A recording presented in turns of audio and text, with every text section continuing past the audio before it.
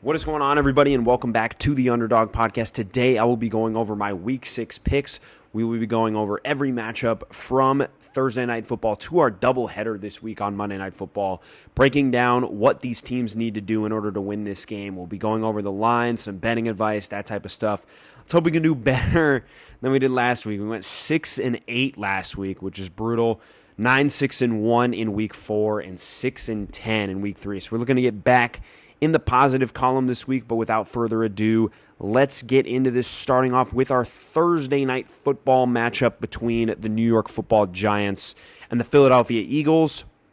Starting off with the Giants here, who, went down to New Orleans and somewhat laid an egg, losing to the New Orleans Saints on the road. In all honesty, I think with the Giants this week, I think you still got to lean in to that run game. I think that we've seen the athleticism, of Jackson Dart come into play over the last 2 weeks, that he started this season, and Cam Skattebo has been the energy that this team has needed offensively going forward. They had a couple of bad turnovers last week, too, with the Darius Slayton fumble and then the Skattebo fumble that ended up costing them the game. But in all honesty, I think if you're the Giants here, if you can get that run game going this week, then you have an opportunity against Philadelphia to keep their offense off the field, limit the damage that their offense can put up on the scoreboard. I think that, playing into that Jackson Dart athleticism and Cam Skattebo on the ground is going to be, the best way to go for them offensively. And then I think defensively, winning that line of scrimmage battle is going to be, the biggest challenge this week against a really good Philadelphia offensive line. I think that they had a really good Week 4, and then they kind of went back to what they were the first 3 weeks of the season. So I'm looking at Shane Bowen to, dial up some creativity, some stunts in order for the Giants to win that matchup up front against Philadelphia. And then moving over the Eagles, who dropped their first one of the season against the Denver Broncos. I think it's getting back to their identity on offense. They went too far away from that on Sunday against the Broncos. They tried to be a downfield passing offense, and it just did not work. They were not in sync at all offensively, and they had a bad day at the office overall. I would like to see them, get back to their roots of running the football, really being, on top of it with Saquon and, Jalen Hurts in the ground game. I think that's what I want to see Philly do this week. It's kind of ironic because, I've been asking for them to be more of a balance. They were just too much of an imbalance in the pass offense this week. Get back to their identity, their roots, and cause some havoc in that ground game. And then defensively, I think for Philly, it's making Jackson Dart uncomfortable. I think the Saints, were able to get some turnovers, some lucky turnovers with the fumbles and stuff. But if you can get after Jackson Dart, force him to make some mistakes or errant throws that lead to 3-and-outs or interceptions or just incompletions in general, I think that Philadelphia will add extra possessions offensively and, be able to drive down the field and put points up on the board.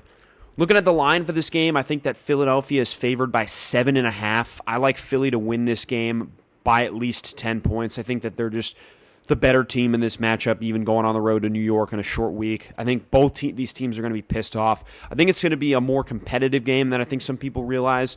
When we saw this game back on the schedule release in May, we were like, Giants-Eagles Thursday night? I think this is going to be a competitive game, but I do still think that Philadelphia is going to cover.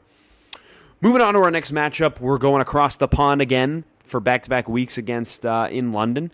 We have the New York Jets technically hosting the Denver Broncos across the pond. Looking at this matchup here, the New York Jets coming off a home loss against the Dallas Cowboys, 0-5 on the season. They've done a really good job of running the football to start the season with Breece Hall, with Justin Fields, Isaiah Davis mixing in there. I want to see them get a rhythm passing-wise. I think getting Garrett Wilson involved early in these games, I think, is going to be beneficial for them, because he is their best weapon on the outside. I want to see them get Mason Taylor involved. Josh Reynolds had some tough catches last week, getting him more involved in the passing game, getting Allen Lazard touches when need be. I think that that's the biggest key for the Jets here in this matchup against the Denver Broncos. And then looking at, defensively, I think that you need to come away with something that you can be, proud of this week. I think that the Jets defensively have just been awful to start this season. I don't think that Aaron Glenn has coached this team very well, and same with Steve Wilkes, who at this point in time, like, just I don't know why he's still getting opportunities in the NFL. He just hasn't, gotten with the times here in the NFL. And I think that you need something that's going to, end up, giving you some kind of hope for this season defensively, because they haven't looked good on that side of the ball. And that's what Aaron Glenn was brought in here and hired to do. And at this point in time, there's a lot of people questioning that hiring of why is Aaron Glenn here if he's not going to do anything. So I think that this is a big week for the Jets defensively. These London games get really crazy too. You never know what's going to happen in them. The Jets could pull off some voodoo magic here and win, but they're gonna need that defense to show up against the Denver Broncos this week. Moving over to Denver, who upset Philadelphia in the link last week, going to London this week. Long trip for them. I personally think for the Broncos, I think offensively they've done a really good job of establishing the run this season. That was their big Achilles heel last year. I think they need to continue to do that because, I think that it just when they are able to run the ball, it opens everything else up. J.K. Dobbins has had a really good season. I think he's been a really underrated signing. I think I question that move a little bit for Denver at the start of the season, just because he had a great year in LA last year, but he again got hurt. It's like how many games are you going to get out of J.K. Dobbins this year? And RJ Harvey's starting to get more involved in the offense. They're starting to get him more touches in the receiving game and in the rushing game. So I think that if you can continue to establish that ground game, I think that's beneficial for the Denver Broncos. And then defensively, I think it's just unleash your pass rush. You have a really talented pass rush here. Nick Bonitto's having a, dare I say, Defensive Player of the Year campaign season. I don't know if he's the front runner for that award right now, but he's having a really damn good season. Zach Allen's having a really good season. Jonathan Cooper, Nick Bonitto's counterpart's having a really good season. So I think if you unleash that pass rush on a Jets O-line that is, missing a few pieces, I think that you're going to, be able to get to Justin Fields, force him into, into some bad throws, making mistakes, stuff like that. So I think that is, the best way for the Broncos to, excuse me, make the New York Jets uncomfortable. Looking at the line for this one, Denver's favored by 6.5 going to London. This is a tough one because I think that the Broncos, are going to win this game. I think that I would have Denver winning this game, but London has some voodoo magic. We've seen some, in the London game and then the Dublin game, back-to-back weeks. I think there have been some close games. So I think I would stay away from the spread, but if I had to go with the spread, I think I'm taking the Jets, which is a, bold move to say the least, but I think that's what I'm going to do here. I would take the Jets spread in this case here. So moving on to our next matchup, we have an interconference matchup between the Jacksonville Jaguars and the Seattle Seahawks. Both of these teams, one coming off of a thrilling Monday Night Football victory in the Jags, and the other coming off of a heartbreaking Sunday afternoon loss at home in the Seattle Seahawks. Taking a look at Jacksonville, I think this is the game where, I think Brian Thomas Jr. made some strides last week. He had a really good game against Kansas City. And T-Law, made some ridiculous throws on that final drive to Brian Thomas Jr. and De'Ami Brown. I want to see Brian Thomas Jr. really take advantage of that Reek Woolen matchup. I think he matches up really well with him. I think Trevor Lawrence can look to him to take advantage of said matchup. I want to see the Jacksonville passing game really take that next step. They've been really inconsistent at the start of the season. I think this could be a advantageous matchup for them in this one. And then I think defensively, we've talked about in the past of this D-line really having really good games to start the season, and I think they should continue to lean into them. Josh Hines-Allen is having a damn good season. Trayvon Walker missed last week, but I think if you get him back, that only adds to the fire that you have here. Arik Armstead as well, having a kind of a bounce-back season after he had a not-so-great first season in Jacksonville. And the Seattle offensive line, while they have played better this season, it has been a weakness for that team the last couple of years. I expect Jacksonville to win that matchup up front and give them an opportunity to get to Sam Darnold this week. And then moving over to Seattle, despite that tough loss, I think that Sam Darnold has played extremely well this season, and he's going to have to continue to play extremely well. I think that he's going to, have to find Jackson Smith and Jigba, find A.J. Barner, find Kenneth Walker, Zach Charbonnet out of the backfield, find Jake Bobo, find Torrey Horton. I think that Sam Darnold's going to be the key to victory in, this matchup here. He had a really good week last week, really earned the right to win that game against Tampa Bay. The unfortunate helmet interception kind of, derailed that. But I do think that if he can lead this team to a victory here, that's going to be their best shot of winning this football game. And then defensively, I think we haven't really seen Seattle play to their full capability here. I think that, if they can do that in this one, which is, a tough ask because I think that Jacksonville's offense is good. I think Liam Cohen's a very good coach. I think this is the matchup to watch this week. I think if they can play their best football this week, they're going to win this football game. This is a long, coast trip for Seattle. I mean, it's literally like coast to coast. Only further for them is like Miami. So this is going to be a tough matchup for them. I really think that, it bodes well for Jacksonville to be at home here. But if that defense can show up for Seattle, get some turnovers, which Jacksonville's been really good at creating, kind of match them turnover for turnover, I think that Seattle's going to have an opportunity to win this football game. Jacksonville's favored by 1.5. It's essentially a pick 'em at home. I like Jacksonville, who's been building momentum the last couple of weeks, to improve to 5-1 and, be in position for that AFC South crown and potentially a number 1 overall seed in the AFC. Moving on to our next matchup, we have the Dallas Cowboys visiting the Carolina Panthers this week. Carolina coming off of a win against Miami, and Dallas coming off of a win against the New York Jets, a pair of AFC East opponents being taken down by these teams the last week. I think if you're Carolina, you had a really, kind of fork-in-the-road game last week with Bryce Young and Dave Canales, and they answered the bell after starting slow in the game last week against Miami. I do think that Carolina has a premier matchup here with Teterow and McMillan on the outside against either, Trayvon Diggs or Deron Bland.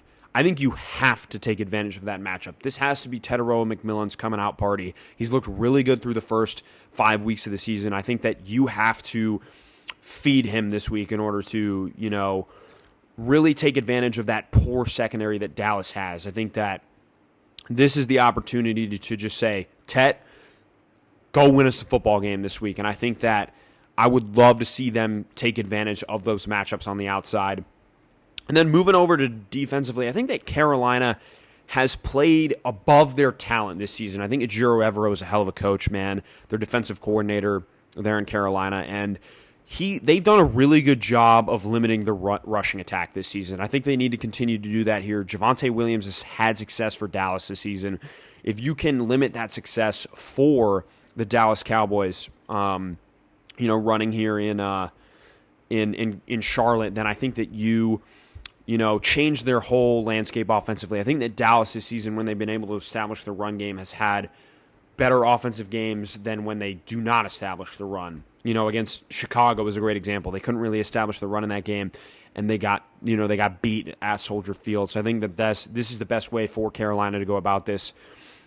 Moving over to the Dallas side of things, I think that you need to keep that balance. I think last week they had a really good balance offensively against the Jets. Javonte Williams ripped off a couple big runs. Dak was very good at managing the game, getting the ball to George Pickens, Jalen Ferguson. Ryan Flournoy had a really good game. He popped on tape for me this week. So if you can keep that balance to this offense, I think that you will have a good rhythm. You'll be able to score points and outscore Carolina in this one. And then I think defensively, you just need to show anything. Similar to the Jets, I think that you've been really poorly coached to start this season, and I think that the Cowboys really need to kind of buckle down here, get some type of momentum here for this season defensively there. Dallas favored by 2.5 on the road. I like them to win this game in Charlotte and take, and cover the spread. I just think that they have the better offense in this matchup against two, not so great defenses in Dallas and Carolina. I think that they have the better offense in this one, and I think they outscore Carolina in a high-scoring game this week. Moving on to our next matchup, we have the Baltimore Ravens hosting the Los Angeles Rams, two teams that I had in my preseason conference championships. Not looking good in terms of the Baltimore Ravens, who we will start with this week. I think that, last week you got absolutely destroyed by the Houston Texans. You have to establish Derrick Henry this week. He has been not so great to start this season. Teams have been keying in on him. Doesn't help that Lamar's out to, kind of balance that out. But Derrick Henry's got to get going for you in order to have any opportunity to win this game, because you're not going to win on the back of Cooper Rush this week against a really talented Rams football team.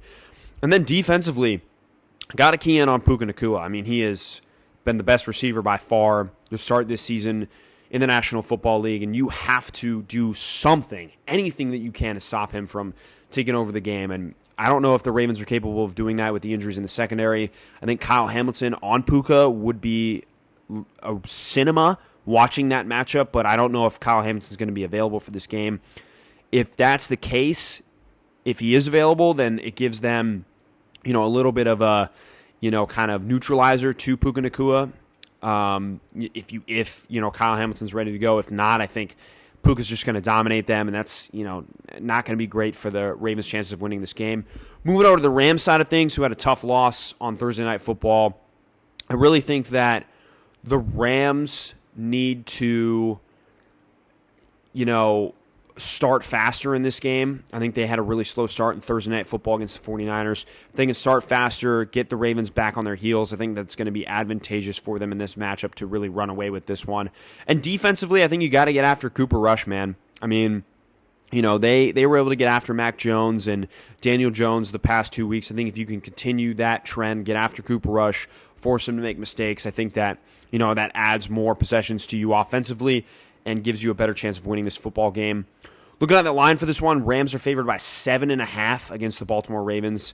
I like the Rams to win this one and cover because I just don't think that the Baltimore has the horses to stay in this race here.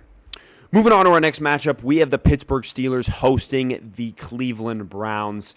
Steelers coming off a bye week, and I think that going up against this really good Cleveland defense, I think Aaron Rodgers is going to have to be sharp. He's going to have to get rid of the ball fast in this game.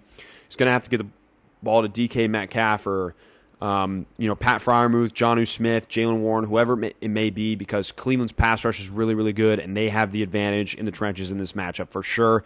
And then I think defensively in this one, I think that you have to unleash your very good pass rush against this beat-up Browns O-line. You got to, confuse Dylan Gabriel, force him to make mistakes, get you extra possessions. I think that Gabriel looked good in week one against a, Brian Flores coach defense, but if you can get after him in this one, force him to make some mistakes, I think that, that betters your chance of winning this football game. And then looking at Cleveland's side of things, coming off of the London loss to the Minnesota Vikings, I was encouraged by what I saw from Dylan Gabriel. I think you need to continue to, find a way for Gabriel to get the ball to Jerry Jeudy, to Jamari Thrash, to David Njoku, to Harold Fannin, to these playmakers who can make plays in the passing game. I think that the Browns have really struggled with getting, especially their wide receivers, the ball out in space. I think that Jerry Jeudy, we saw what he could do last year with Jameis Winston as his quarterback, is really be a difference maker for the Cleveland Browns. I think that you have to get him more involved if you, if you're going to win this football game. Then I think defensively, same thing that I've been saying the last couple of weeks, make this one a slugfest, man. Really get after Aaron Rodgers. He's not very mobile, at this stage in his career. I think that Myles Garrett, Isaiah Wright, all these guys up front, I think that they can, wreak havoc. Malik Collins has looked really good for Cleveland. I think that if you can continue to, take advantage of this weaker Pittsburgh offensive line, that you're going to have a shot to win this one. Pittsburgh is favored by 5.5 at home, which is a very interesting spread. I'm going to take Pittsburgh to win this one, but I do think it's going to be a closer game than people think. It's going to be a touchdown or less game. I would stay away from the spread in this one, but I'm going to take Pittsburgh to win this game. Moving on to my next matchup, we have the Miami Dolphins facing off against the Los Angeles Chargers. The Tua versus Herbert debate reignited. I thought it was never a debate in the first place, but Dolphins fans will tell you otherwise. Looking at Miami here, coming off of a brutal loss against the Carolina Panthers, I think offensively, as far as, they're concerned, they had this, early on, they got the ball to Jalen Waddle, to Darren Waller. They got Devon Achane going. And then they had this, lull where they just didn't get the ball to him. I think Jalen Waddle didn't have a catch, for most of the second quarter and the entirety of the third quarter. I think you have to get those guys the ball throughout the game because they're your biggest difference makers on the offensive side of the ball. And then I think defensively for, the Dolphins, you got to take advantage of this, beat up Chargers O-line and, attack Justin Herbert. I think Herbert, I think last week he played well despite being under pressure. I think that if you can continue to get, pressure on Justin Herbert, then, it makes that ever so more complicated for the Chargers offensively in order to move the football and everything. So I think that that's the best course of action for Miami this week in order to, get them, to get them the best opportunity to win this game. Moving over to the Chargers side of things, I think with the beat-up offensive line, Omari and Hampton on IR, Justin Herbert's going to have to win you this game, man. I think that he's going to have to go out there, give you one of those, Justin Herbert performances that we saw, earlier in the season. I think he's still playing at a high level, but you're going to need him to do what he did against Denver, what he did against, Kansas City. Not to say that he didn't do that the last 2 weeks, but he just needs to make that extra play in this game. You're going to have Justin Herbert really carry you offensively. And then I think defensively, they've really struggled with pressuring, since Khalil Mack has gotten hurt. I think that they have to get after Tua, force him to make mistakes, get the extra turnover here and there that you need in order to win this football game. So I think that is the best thing that the Chargers can do in order to win this game. Looking at the line for this one, Chargers are favored by 4.5 currently. I like the Chargers to win, but I don't know if I like them to cover. I would stay away from this spread as well. I'm going to take the Chargers to win this football game, though. Moving on to our next matchup here, we have a interconference matchup between the Indianapolis Colts and the Arizona Cardinals. The Colts, coming off of that beatdown of the Las Vegas Raiders last week. In all honesty, I think if you're the Colts here, I think that this Cardinals defense is pretty good. They've been, at limiting team scoring. So I think that, you have to grind them out here. Jonathan Taylor's going to have to grind them out, really, make this D-line, almost quit in this one in order to, give them the best opportunity to win this football game. JT's had a really good season to start the year. I think that you got to continue to feed him in this one. I think defensively, it depends on whether Kyler Murray plays or not.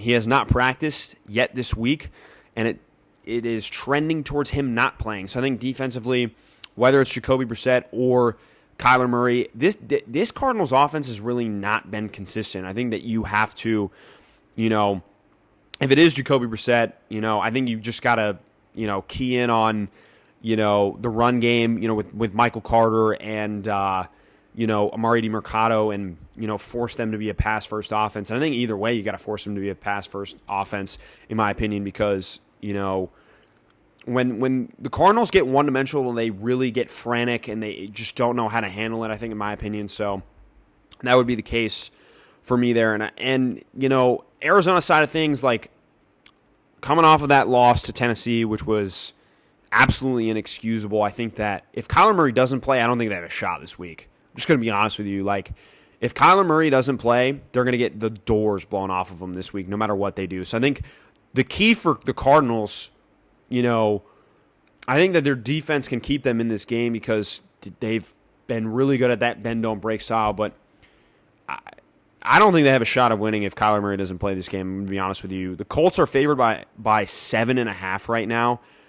I like them to win the game whether or not Kyler Murray plays, but if Kyler does play, I think the Cardinals cover that, make it a closer game. But I'm going to take the Colts here to win this one. Moving on to our next matchup here, we have the New Orleans Saints hosting the New England Patriots. The Saints coming off of their first win of the season, beating the New York Giants. And what did I say, man, last week? Establish the run to set up the play-action deep shots with Rashid Shaheed, with Chris Olave. It worked to perfection. They had a really good offensive game plan last week. Really liked what I saw from the Saints in that one. And that's the game plan this week. New England has struggled to defend the pass. I think with Gonzo back in the lineup, it's been a little bit easier, but I think that you have the opportunity here to, if you can establish the run against a really good Patriots run defense, to set up that play-action game. I think that, that's the best way that New Orleans is going to win. Playing that, run-first offense, play-action, deep threat type stuff. And then defensively, I think if you're New Orleans, honestly, it's do what you did last week against the against the Giants and punch the ball out. I mean, Ramondre Stevenson has had trouble hanging on to the football. I think that, if you can get a couple of turnovers, a couple of bounces your way, get some extra possessions, maybe score off of one like they did last week against the Giants, that's the best way you're going to win this week. Moving over to the Pats side of things, I think that, coming off a huge win against Buffalo, I want to see them establish the run game this week. I think that they haven't been able to do that this season. It's been very inconsistent, with Ramondre Stevenson putting the ball on the ground and Trevion Henderson just being a complete liability for your team. I really want to see them commit to the run game this week. I think that if they can commit to the run game, get Ramondre Stevenson going, if you get anything from Trevion Henderson at this point in time, that's great. While continuing to let Drake May really play how he's played the last couple of weeks, I think that that's the best course of action for your football team, not only this week, but moving forward. And then defensively, I really want to see them just shut out New Orleans this week, honestly. I think that this defense has a chance to be awesome this season. We saw what they were able to do last week against Buffalo. I really want to see them turn it up a notch this week against New Orleans and really, hold them to under 10 points and, really establish themselves as a really great defense this season. Looking at the line for this game, New England's favored by 3.5. I like them to win and cover. I think they're just too much of a matchup here for the New Orleans Saints. Moving on to our next matchup here, we have the Tampa Bay Buccaneers hosting the San Francisco 49ers. Both of these teams coming off of big wins in San Francisco on Thursday night against the Los Angeles Rams and the Tampa Bay Buccaneers against the Seattle Seahawks on the road. I think for Tampa in this one, probably not going to have Bucky Irving. Mike Evans is still out. I think that you just got to continue to do with what you have here on offense. Rachaad White didn't really play well in the rushing game last week, so I think you're just going to have to rely on Baker Mayfield, another, performance that he had, type beat against Seattle this week against San Francisco.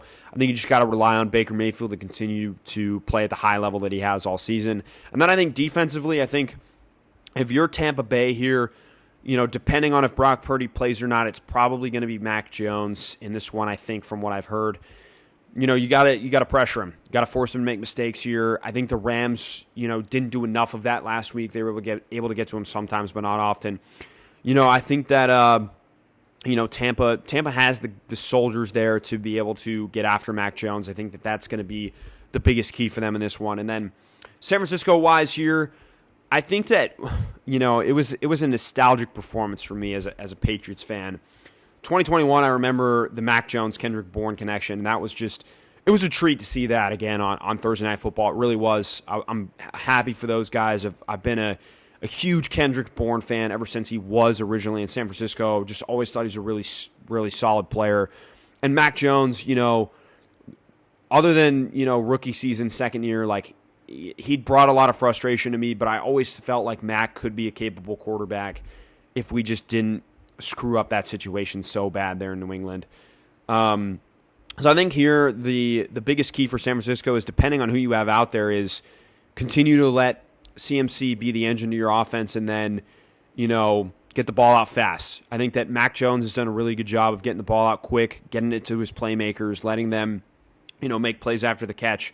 I think that that's the big thing here for San Francisco is get the ball out fast. Don't let that pass rush get to you. And then defensively here, we know that Tampa, without Bucky Irving, has not been able to run the football very well. I think that, if you force them into, second, third and long, really force them to being in, non-advantageous situations, offensively, I think that, forcing them to really, be more aggressive than maybe they want to be is, the way to go, because we know Baker has that gunslinger mentality. He's going to want to fit balls into tight windows. So I think that, that's the key to victory there if you're San Francisco. Tampa Bay's favored by 2.5 at home. I like them to win and cover in this matchup. Moving on to our next matchup, we have the Las Vegas Raiders up against the Tennessee Titans, a pair of 1-4 teams here.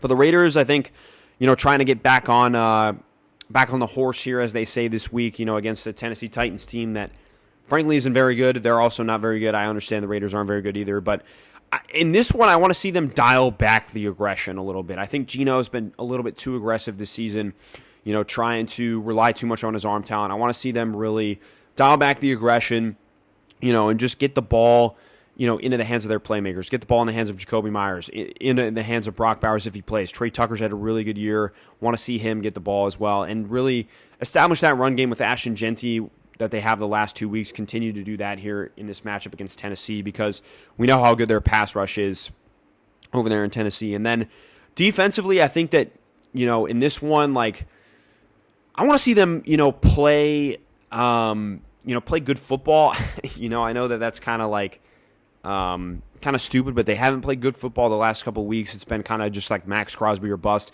I want to see them play together as a unit here against, the Tennessee Titans here, who's a team that isn't great offensively. So I just want to see them play some good football there defensively this week. And then Tennessee, I think, building off that win last week, getting your first win against Arizona, albeit in the craziest fashion possible. I think that Cam Ward and Calvin Ridley really showed, that they're on the same page, and I want them to continue that connection this week. I think Calvin Ridley, can beat any of the corners that Las Vegas has. None of them are very good. I want to see him really have, kind of a coming out party in this one for the Tennessee Titans. And then defensively, it's leaning to that defensive line again. I think that they were able to force some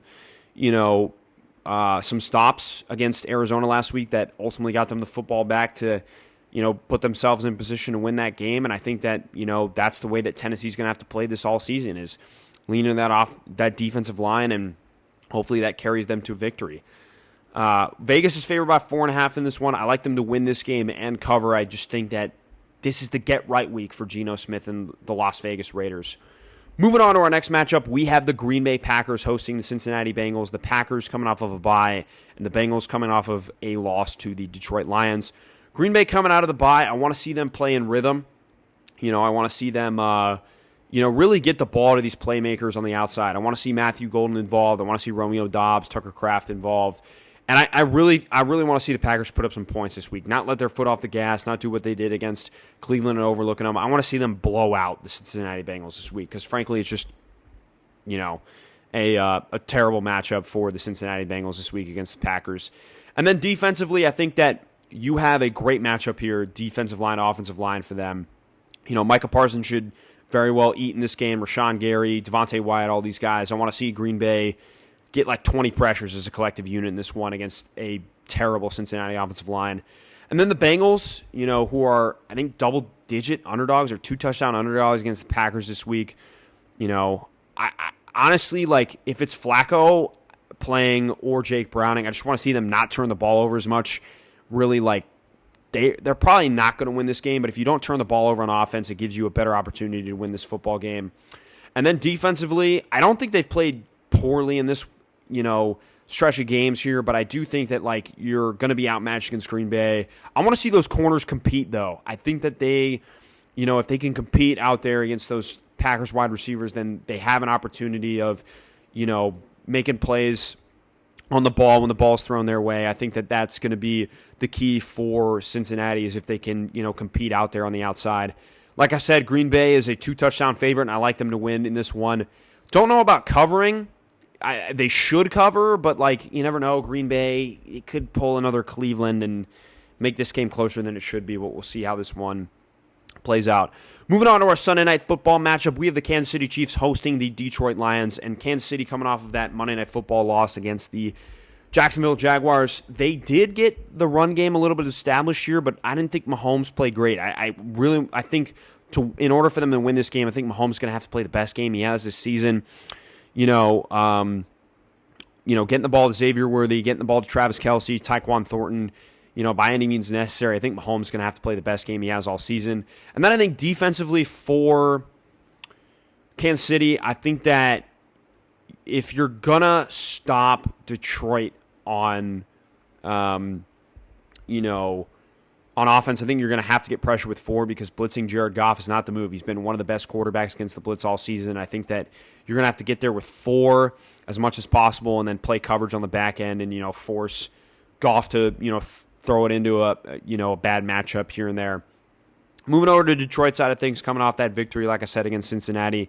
I think Detroit, like, in this one, I think your best opportunity is getting the ball to Amon-Ra St. Brown as much as possible because I really like that matchup there. in the slot. I think that Amon-Ra is going to feast in this game, and I think if you run the offense through him this week, that Detroit's really going to have a good chance of winning this football game. And then, as far as defensively is concerned, I think that Detroit, if they can, get pressure on Patrick Mahomes and force him to be uncomfortable, I think that has been the blueprint of beating the Chiefs this year is really, getting after the quarterback, forcing Mahomes to be off his spot and, try and make plays with his legs or, extending the play and then, hitting somebody on the run. So I think that that's the best move here for Detroit. Kansas City is favored in this game, which is kind of interesting, about 2.5. I like Detroit, underdog on the road to go in and win this football game. I just think that they are clearly the better team at this point in time. And, Kansas City, they got to get right or they're going to be on the back pedal trying to get into the playoffs in this one. But I think that Detroit's going to win this one. Moving on to our first Monday Night Football matchup, we have the Atlanta Falcons hosting the Buffalo Bills. Atlanta coming off the bye. I think for this game specifically, Bijan Robinson, 200 yards rushing should be the game plan. I mean, Buffalo's run defense is not very good. They were able to stop New England's last week, partly because we didn't want to run the football with, Ramondre Stevenson fumbling and then Gibson getting hurt. I think Bijan Robinson needs to have 200 yards this week for you to win this football game. Really good, really advantageous matchup for them in this one. Get the ball to Bijan Robinson, get the hell out the way. That's the game plan. Defensively, Atlanta's played really well this season. I think that the blueprint's there. If you can, stop James Cook, make the guys on the outside beat you in Keon Coleman, Josh Palmer, Khalil Shakir, Dalton Kincaid, I think that, that's the best way to go about beating the Bills is stopping that run game, forcing those guys on the outside to beat you, and you have the best chance of beating them, in this game on Monday night on your home turf. Looking at Buffalo, I think that you did have a bad week running the football. I think that you got to get back to running it with James Cook here, getting Josh Allen involved in the run game because we saw that James Cook did not have a great game. Not a lot of rushing lanes for him in that loss last week. I think they got to get back to it, in this one. And then as far as defensively goes, I think that you got to stop Bijan Robinson because, he's probably the best running back in the league right now, and if you let him loose on you, it's going to be a long night for that Bills defense. So I think that stopping Bijan is going to be the key to winning that football game for Buffalo. Buffalo's favored by 4.5 on the road. I like them to win this game in a bounce back against Atlanta there. Moving on to our penultimate matchup of Week 6, we have the Washington Commanders hosting the Chicago Bears. The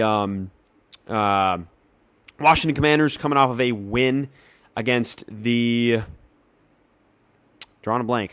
Who do the Commanders play? Los Angeles Chargers. There we go. Sorry about that. I think in this one, no Terry McLaurin is what it sounds like. Bill Krosky-Merritt had a really good performance. Would like to see him continue to getting touches there. This run game for the Washington Commanders has been really dynamic all year with Jane Daniels and Mariota at quarterback, with Krosky-Merritt in the backfield, with Chris Rodriguez, with Jeremy McNichols, Austin Eckler early in the year, but he tore his Achilles, so he's no longer a part of this backfield, but continuing to lean into that. I think that, Jane Daniels played incredible last week. He had a really good game, but this offense goes as that run game goes. And then defensively here for the Washington Commanders, I think that if you can do what you did last week to Justin Herbert, getting pressure on the quarterback, forcing Caleb, off his spot, having him, make mistakes. I think that Washington, whenever they're able to do that, they do have success, defensively, as most teams do. But I think Washington specifically, when their pass rush is, really, working out there, I think that's, the best, version of that defense comes out.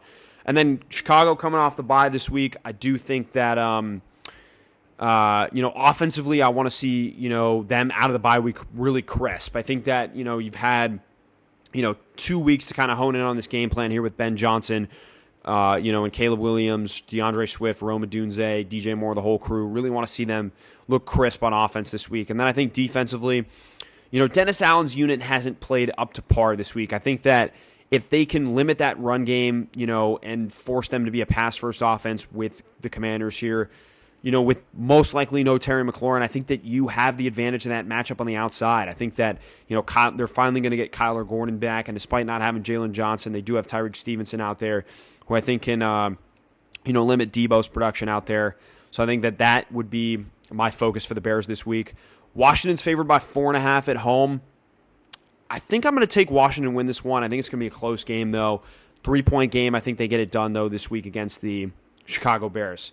That'll be all for my Week 6 picks. Let me know what you guys think down in the comment section below, which picks you agreed with, which picks you disagreed with. Make sure you stay tuned tomorrow for the quiz that I got for you guys. And as far as next week goes in terms of schedule, I will be out of town. I think I will be recording Power Rankings Sunday night, so they won't include like the Monday night games there, but I will have that out for you on Tuesday.